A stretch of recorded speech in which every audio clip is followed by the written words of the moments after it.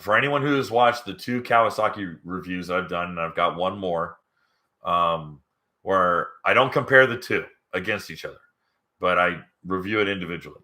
The Ultra 310 LX, and then I review the Ultra 310X. The 310 Ultra LX, it's a great ski. It's got a bunch. I mean, it's got more stuff than you can shake a stick at. I mean, it's got a bunch of stuff. But I'm telling you,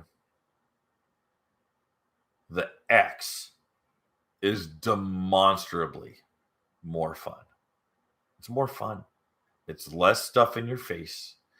It's a more open dash. It's a more open hood. It looks better. That big pile of kibble on top of that hood on the LX, the speakers and the air diffuser and the dash and the pull it off. I don't want it. I don't need the extra 16 inches of storage on the back. I don't need a backup camera or reverse facing camera. I don't need all this stuff. And and it's funny to me because there's stuff that I still think is broken. The front storage being small and the opening being that small, I think is just broken. I think no one within Kawasaki ever attempted to put a life jacket in the front. I think they just went, it's fine, let's just do it. Send it. I don't think they thought about it. I don't think anyone thought about it. It blows my mind. And it's not a simple ski. Guys, it's got full engine management. It's got a knock sensor. It's got all this high-tech engine management stuff. It's got a brake on it. All right, it's got a GPS speedometer. But I'm starting to think that the 310X is going to be the most stripped down full-size performance 3-seater you're going to get. Because guess what? I love the Yamaha FX SVHO. I do. I dressed up like Darth Vader because I liked it so much. All right? I made a complete ass out of myself because I'm like, this ski's worth it. I loved it. I really do. But guess what?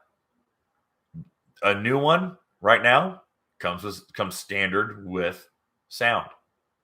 And guess what that means? Not only does it come standard with sound, it comes standard with the big 7-inch screen that can be full GPS, and you got to get your Garmin card, and you got to get your membership so you can use your Garmin card. And then if you're going to go to different locations, you have to upgrade your Garmin your Garmin membership. And then because it's not a global Garmin, it is just a regional map that they give you. And then you got to expand that out, and you got to be in contact with these guys, and you got to sync your phone because the Connect system syncs with your phone so that you can make a phone call from your jet ski.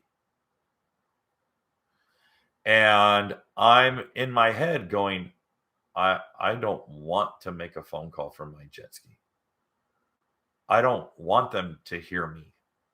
I don't want to be notified when I get a text message, which, by the way, the 310 does that.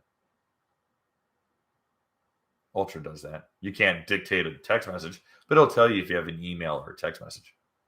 I don't want it to. I don't want my jet ski thinking for me. Thank you very much. All right. That's me. I am turning into Abe Simpson. I am Grandpa Simpson. Old man yells at cloud. That meme. Honestly, guys, I'm at the point now where I'm just like, can we just go ride? Can we just go jet ski instead of all this crap to distract you from riding? Hey guys, thanks for hanging out. This clip was taken from our weekly podcast that we record here every Sunday night at 8 p.m. Eastern Standard Time. If you want to watch the whole video, you can go to the Watercraft Journal's YouTube channel, go to playlists, and then click on live sessions. You're going to see it there.